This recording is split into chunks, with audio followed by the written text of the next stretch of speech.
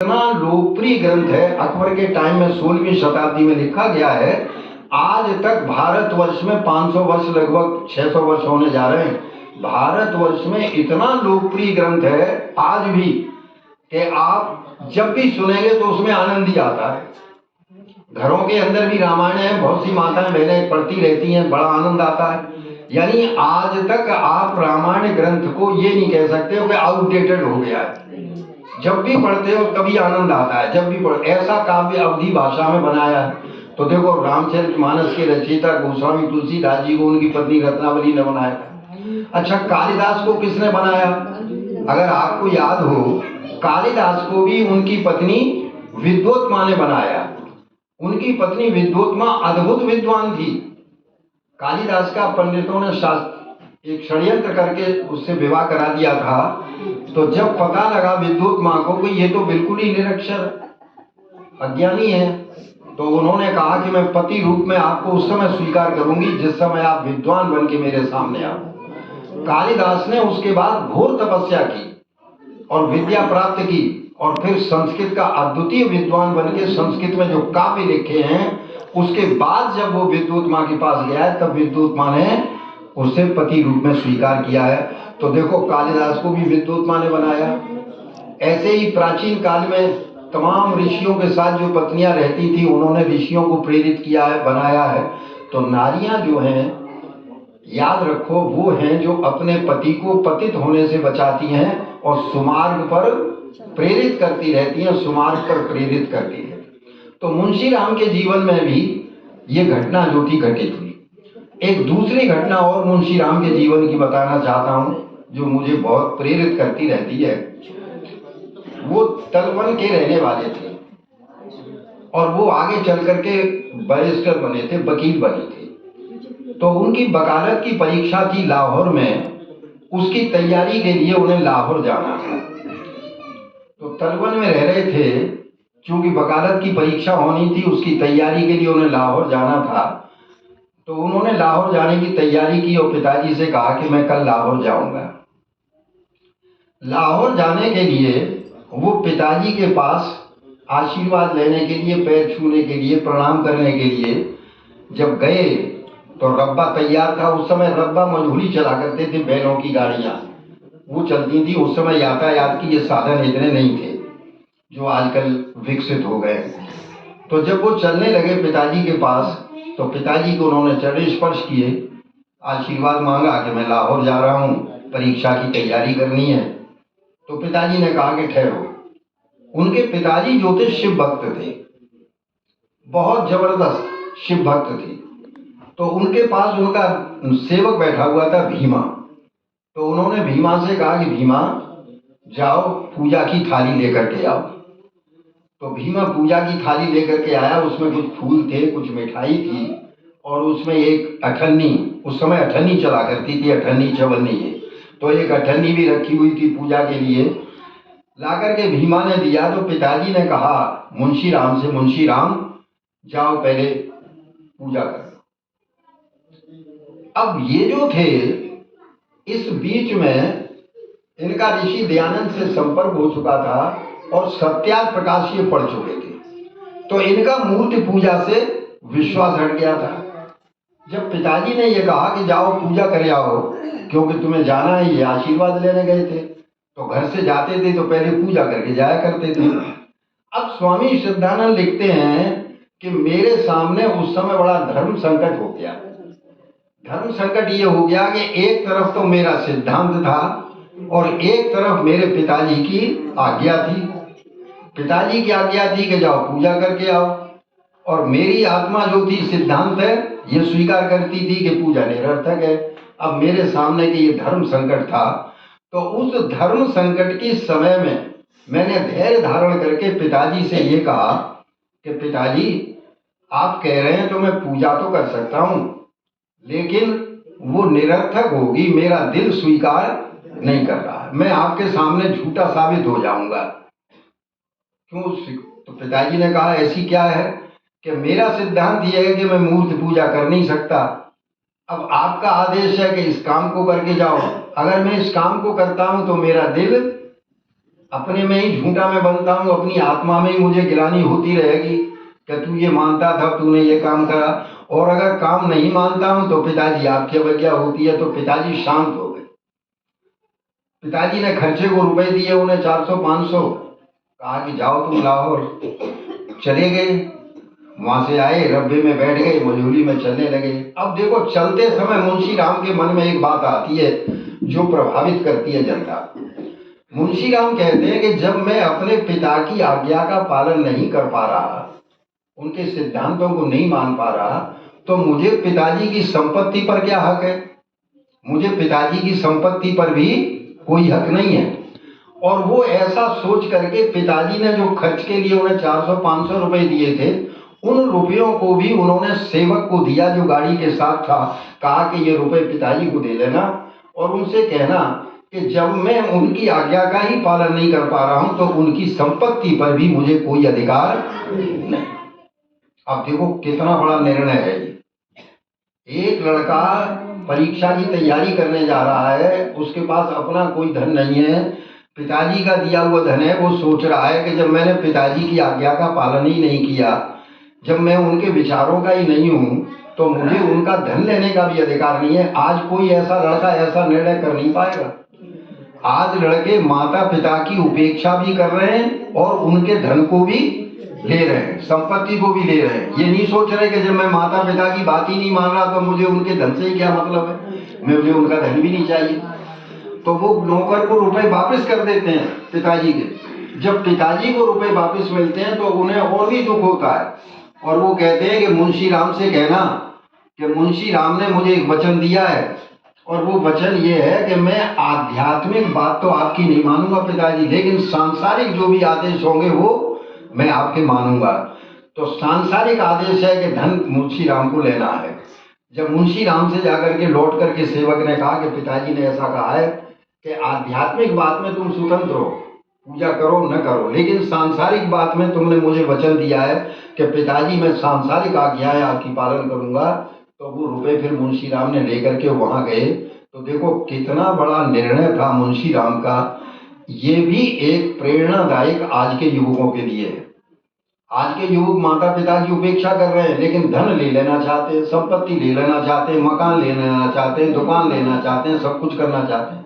तो युवाओं को निश्चय करना चाहिए कि अगर हम पिताजी की संपत्ति को भी हकदार बनना चाहते हैं तो हमें उनके शुभ विचारों का भी हकदार होना चाहिए, उनके शुभ विचारों को मानना चाहिए और पिताजी के यश को आगे बढ़ाना चाहिए। एक तीसरी घटना और मुंशी राम के जीवन की जो बहुत काम की चीज है। मुंशी राम उस समय कांग्रेस के भी अध्यक्ष थे, कांग्रेस में भी काम कर रहे थे, लेकिन गांधी जी से उनका जो मतभेद हुआ था वो मतभेद हुआ था मुस्लिम समस्या पर। स्वामी श्रद्धानंद जो थे मुसलमानों को शुद्ध करने के पक्ष में थे। गांधी जी के पास शौकत अली और एक और अली थे, 2 अली थे। उन अलियों ने गांधी जी से शिकायत की थी कि ये स्वामी श्रद्धानंद आपका ऐसा है कि ये मुस्लिम भाइयों को हिंदू बनाता है। तो गांधी जी ने स्वामी श्रद्धानंद से ये कहा था कि भाई ऐसा तुम क्यों करते हो। तो स्वामी श्रद्धानंद इस बात पर सहमत गांधी जी से नहीं हुए थे और गांधी जी से उनका मतभेद हो गया था। तो स्वामी श्रद्धानंद कांग्रेस से अलग हो गए थे और उन्होंने शुद्धि का चक्कर चलाया था। ये इतना जबरदस्त क्रांतिकारी काम उस समय था क्योंकि मुस्लिम जो थी भारतवर्ष का बंटवारा करना चाहती थी। स्वामी श्रद्धानंद का ये सोच था कि ये मुसलमान अगर किसी तरह से फिर से वापस आ जाते हैं और हिंदू बन जाते हैं, क्योंकि इनके पूर्वज सब हिंदू ही थे, तो अगर ये हिंदू बन जाते हैं तो ये जो पाकिस्तान की मांग हो रही है, ये पाकिस्तान की मांग खत्म हो जाएगी, क्योंकि न मुसलमान रहेंगे न पाकिस्तान की कोई मांग करेगा। तो स्वामी श्रद्धानंद जो थे शुद्धि के आंदोलन की तरफ बढ़ गए थे। महात्मा गांधी जो थे स्वामी श्रद्धानंद के कार्य का विरोध करते थे, शुद्धि के वो विरोधी थे। महात्मा गांधी जो थे ज्यादातर मुस्लिमों का पक्ष लिया करते थे उस समय, लेकिन हमें उस चीज में नहीं जाना है, हमें तो स्वामी श्रद्धानंद के जीवन को देखना है। तो स्वामी श्रद्धानंद इस शुद्धि के चक्कर में ही उन्होंने मथुरा के आसपास के मलकाने गांव थे, बहुत लाखों मलकाने उन्होंने शुद्ध किए थे मथुरा के आसपास के। और आज नहीं तो इधर इतना मुसलमान होता कि आप उसकी कल्पना नहीं कर सकते। करीब 3-4 लाख मलकाने उन्होंने शुद्ध किए थे।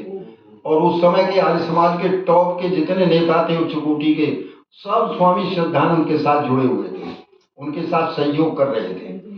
तो उन्होंने जब ये देखा स्वामी श्रद्धानंद ने कि महात्मा गांधी जी इसका विरोध कर रहे हैं, तो उन्होंने कांग्रेस से ही अलग हो गए थे कि मुझे कांग्रेस से कोई लेना देना नहीं, मुझे तो भारत की राष्ट्रीय समस्या से मतलब है। और इसी शुद्धि चक्र में एक असगरी बेगम कराची से आई थी और उसने स्वामी जी से कहा था कि आप मुझे शुद्ध कर लीजिए।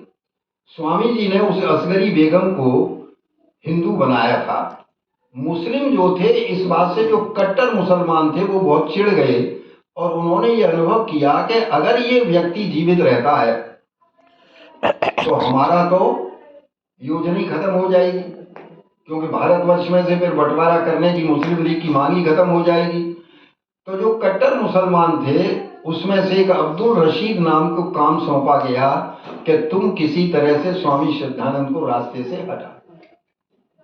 तो देखो, ये स्वामी श्रद्धानंद आदमी लेटा हुआ था, अस्वस्थ था, शुद्धि का काम करते करते, यात्राएं करते करते शरीर से जर्जर हो चुके थे। इनको मोती जरा टाइफाइड हो गया था, लेकिन टाइफाइड में से ये किसी तरह से निकल आए थे, रोग शमन होता गया। डॉक्टर अंसारी इनका इलाज कर रहा था, बहुत वफादार डॉक्टर था उनका, था मुसलमान, लेकिन स्वामी श्रद्धानंद पर उसकी अनन्य भक्ति थी। इतनी भक्ति थी कि वो किसी भी कीमत पर यह चाहता था कि स्वामी श्रद्धानंद फिर से खड़े हो जाए। तो वो इलाज कर रहा था, लेकिन अब्दुल रशीद नाम का एक कट्टर मुसलमान वहां आया। धर्मदास स्वामी श्रद्धानंद के साथ एक सेवक था, वो धर्मदास जो था उनकी देखभाल किया करता था। ये आया कि मैं स्वामी श्रद्धानंद से मिलना चाहता हूँ। उसने कहा भाई वो अस्वस्थ हैं, अंदर लेटे हुए हैं, वो मिलेंगे। स्वामी श्रद्धानंद ने इस आवाज को सुन लिया कि कोई मुझसे मिलने आया है। उन्होंने कहा धर्मदास आने दो। अब धर्मदास मना नहीं कर सका, ये शॉल ऐसे लपेटे हुए था, हाथ में उसके में रिवॉल्वर थी, अपने दबा हुआ था।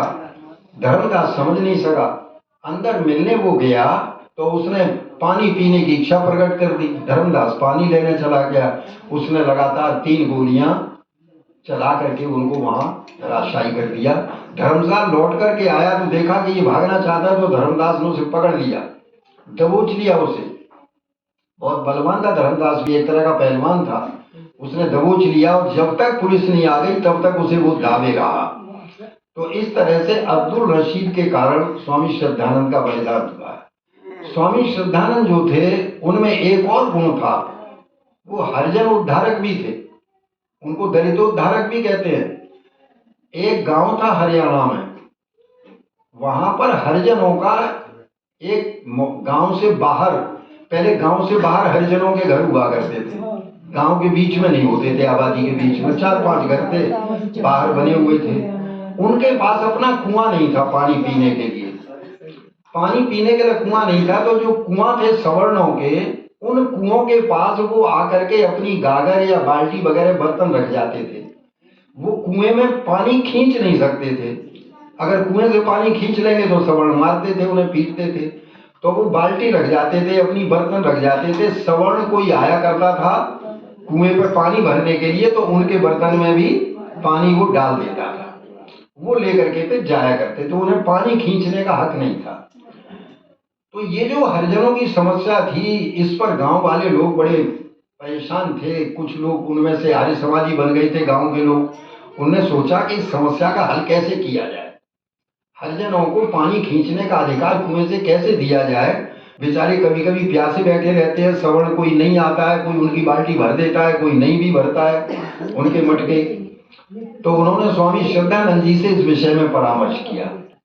तो स्वामी श्रद्धानंद ने कहा कि देखो, काम तो हो जाएगा, समस्या तो हल हो जाएगी, लेकिन आपको किसी हरिजन को तैयार करना पड़ेगा कि वो अपनी बाल्टी कुएं में फांस दे पानी लेने के लिए। हिम्मत वाली बात करनी पड़ेगी भाई, क्योंकि ये निश्चित बात है कि जो सवर्ण लोग हैं वो आक्रमण करेंगे, लेकिन हिम्मत अगर कोई कर सकता है तो करे। तो उन आर्य समाज के लोगों ने, जो उस गांव के 3-4 लोग थे जो स्वामी श्रद्धानंद जी के पास गए थे, इस समस्या के समाधान के लिए उन्होंने हरिजनों के साथ बैठक की और उन्होंने कहा कि देखो भाई, आप में से कोई हिम्मत करके अगर कुएं में बाल्टी फांस दे और पानी खींचने लगे तो समस्या का हल निकल सकता है। तो एक हरिजन जो था वो तैयार हो गया। वो जानता था कि मुझे मारेंगे पीटेंगे सवर्ण जरूर, लेकिन वो मारने पिटने के लिए अपने को तैयार हो गया। और वो आकर के उसने कुएं में जो थी रस्सी बांध के बाल्टी पानी खींच के बस सवर्णों में हल्ला मच गया। हरिजन ने पानी खींच लिया, कुआं बिगड़ गया, हरिजन ने पानी खींच लिया, लोग बाग आक्रमण करने के लिए तैयार हो गए। तो जो आर्य समाज के लोग थे बोले कि भाई देखो, ऐसा है कि पंचायत कर लो, बैठ करके गांव में पंचायत हुआ करती थी तब, पंचायत कर लो भाई, जो कुछ भी हुआ स्वामी श्रद्धानंद को भी बुला लेंगे। अब स्वामी श्रद्धानंद की तो योजना ही थी ये कि स्वामी श्रद्धानंद को बुला ले। स्वामी श्रद्धानंद की सब पर श्रद्धा थी। गांव के सभी लोग हरियाणा के उस समय प्रसिद्ध थे, वो नेता थे भारतवर्ष के माने हुए, तो उनकी सब पर सबकी श्रद्धा थी। दोनों का ठीक है, स्वामी श्रद्धानंद को बुला। स्वामी श्रद्धानंद जी आए, गांव में पंचायत बैठी, फैसला हुआ। तो स्वामी श्रद्धानंद ने एक प्रस्ताव रख दिया और कहा कि देखो भाई, अब इन्होंने बाल्टी तो कुएं में फांसी दी है, कुआं तो देखो तुम्हारा बिगड़ ही गया है, अब इसमें तो कोई शक है नहीं। अब ऐसा करो कि ये कुआं तो अब इन्हीं लोगों को दे दो, जिससे कि ये अपने पानी पिए, खाएं पिए। और तुम लोग भाई देखो सवर्ण हो, तुम मालदार भी हो, जमीन जायदाद भी तुम्हारे पास है, तुम अपना एक कुआं अलग और बना लो और वो तुम्हारे लिए काम आएगा। गांव के लोग जो थे, बाद में पता लगा कि ये योजना श्रद्धानंद जी की थी। ये 10-12 तक एक कुआं दिलवाना चाहते थे, वैसे कुआं मिलता नहीं, वैसे सवर्ण कुआं देते नहीं, लेकिन अब उसका पानी कैसे पिए, बाल्टी उनकी फंस गई है उसमें, बाल्टी डूब। देखो कितनी छुआछूत थी। आप अंदाज लगाइए कि ऋषि दयानंद के समय में और स्वामी श्रद्धानंद के समय कितने जबरदस्त छुआछूत थी। मैं पढ़ करके हैरान रह जाता हूँ कि इस मनुष्य की बुद्धि को, हिंदू बुद्धि को हो क्या गया था उस समय, कि इतनी जबरदस्त छुआ थी। एक घटना तो विचित्र मैंने पढ़ी। लॉर्ड डलहौजी जब भारतवर्ष में आया तो सन 1858 की बात है, रेल का विकास हुआ। रेल का विकास हुआ तो उसके लिए पटरियां बिछानी थी कि रेल चला करेंगे। तो उस समय ब्राह्मणों ने लॉर्ड डलहौजी से प्रतिवेदन दिया है, ऐतिहासिक घटना, और प्रतिवेदन दिया है कि ये रेलवे लाइन न बिछाई जाए, रेलवे का विकास न किया जाए। तो ब्राह्मणों से पूछा कि आप विरोध क्यों कर रहे हैं रेलवे लाइन का, कि हम इसलिए विरोध कर रहे हैं कि ये जो यातायात का साधन आप बना रहे हैं, हम जिनको नीच कहते हैं, ये हमारे साथ बैठ करके फिर यात्रा किया करेंगे। देखो आप, इस बात पर विरोध हुआ, केवल रेलवे लाइन बिछाने का और रेल विकसित होने का इस बात पर विरोध किया कि हम लोगों के सवर्णों के साथ ये नीच लोग बैठ करके रेल में यात्रा करेंगे तो छुआछूत जो है हम मानते हैं धर्म भ्रष्ट हो जाएगा, हम कैसे उसमें बैठ करके यात्रा करेंगे। इस बात पर विरोध हुआ कि रेलवे लाइन न बिछाई जाए। लेकिन लॉर्ड डलहौजी माना नहीं। अंग्रेज अफसर था, अधिकारी थे उस समय भारतवर्ष में, उन्होंने जो है उनका विरोध होते हुए भी और रेलवे लाइन को बिछाया, भारत का विकास हुआ। तो देखो, इन अंधविश्वासों ने बहुत जबरदस्त नुकसान किया है भारतवर्ष का।